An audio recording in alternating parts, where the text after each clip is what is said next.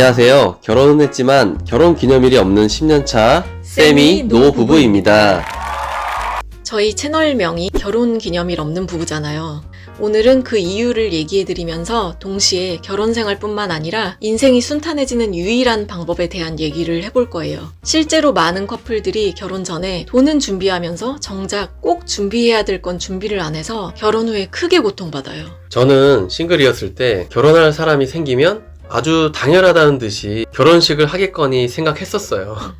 근데 아내가 먼저 결혼식을 안 하고 싶다고 했고 그 말을 듣는 순간 정말 고마웠어요. 저는 생각도 못했는데 세상에 그걸 안 하겠다고 하는 여자가 다 있네.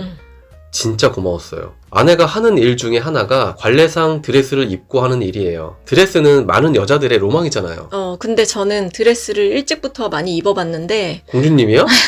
그때부터 이미 드레스 착용 자체를 너무 과하다고 생각했고 화장하는 것도 싫어해요. 그러니까 그런 게 제 취향이 아닌 거예요. 그리고 우리 아빠 같은 경우는 정년퇴직 1년 남겨놓고 계셨는데 제가 의견을 얘기하니까 누군가는 이 문화를 바꿔야 돼 이러면서 바로 동의하셨어요. 제가 설득할 필요가 없었어요. 여기서 잠깐, 결혼식은 부모 잔치라고 저희 아빠가 그냥 자식을 확 이겨버리고 그동안 뿌린 거 100%가 뭐예요.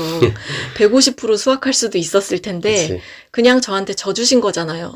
딸이 결혼했다는 거 알고 축하해주시는 아주 가까운 분들만 부모님이 개인적으로 식사 대접하셨더라고요. 그때 제가 안 거예요.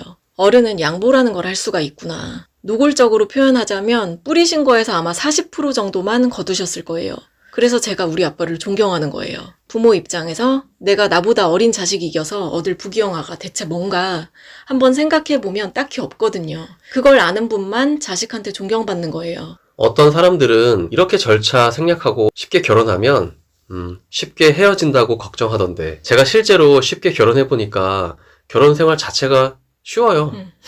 진짜 중요한 거에만 집중하면 결혼을 후회할 일도 없어요. 결혼하기 전에 가장 먼저 신경 써서 준비해야 될 건 예물 예단이 아니라 나 자신을 의식적 선택을 할 수 있는 사람으로 만들어 놓는 거예요. 이게 무슨 얘기인지 더 들어봐 주세요. 의식적인 선택에 대한 얘긴 에리 프롬 같은 철학자들도 많이 하는 얘기죠. 철학자들이 얘기를 할 정도면 평소에 무의식적인 선택을 하는 사람들이 상당히 많다는 뜻이에요.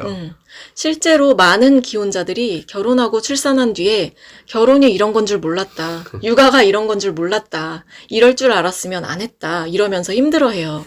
당연히 우리가 난생 처음 겪는 일의 결과를 미리 빤히 다 알고 선택할 수 있는 건 아니에요. 선택을 의식적으로 하지 못하는 사람들이 그렇게 되는 이유는 자기가 처한 환경으로부터 알게 모르게 주입된 생각이나 감정을 자기 생각이라고 착각해서 그래요. 그런 착각에 빠지면 그 생각이나 감정에서 벗어난 행동을 하게 되는 걸 두려워하면서 경계해요. 이해를 돕기 위해서 가상의 이야기를 예시로 들어볼게요. 결혼할 때 여자는 드레스를 입는다 라는 관례를 자기 생각이라고 착각한 먹성 좋은 사람이 있다고 가정해볼게요.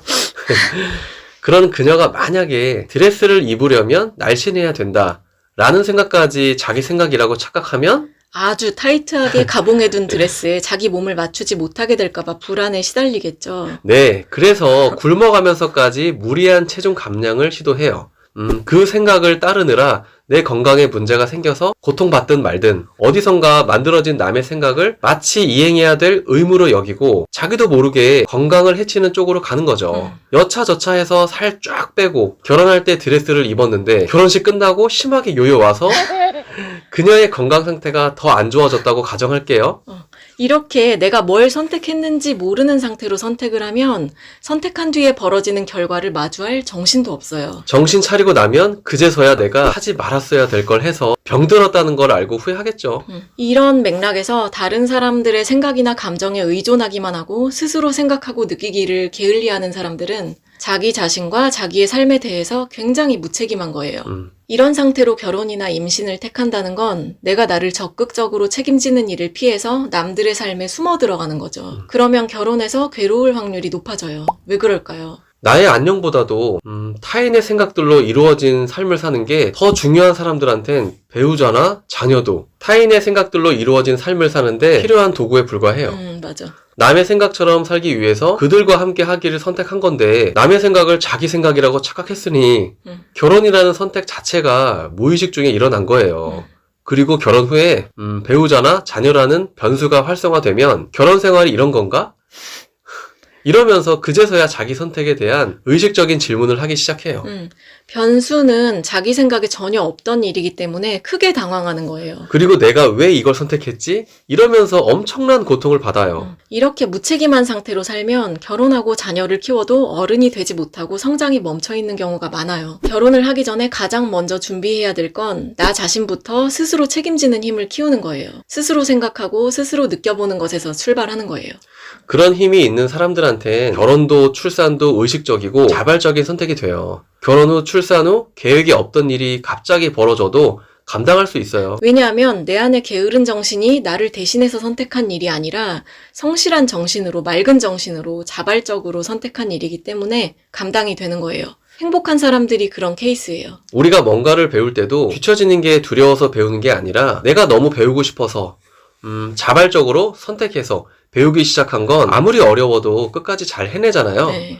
이게 배움에서만 해당되는 얘기가 아니라 결혼에도 해당이 돼요. 어떤 사람의 삶이 순탄한 이유는 아무 일도 일어나지 않기 때문이 아니라 그 사람이 가진 삶을 대하는 자세가 자발적이기 때문이에요. 우리의 삶은 의무로만 이루어져 있지 않기 때문에 우리가 선택하고자 한다면 얼마든지 선택할 수도 있는 자유가 있어요.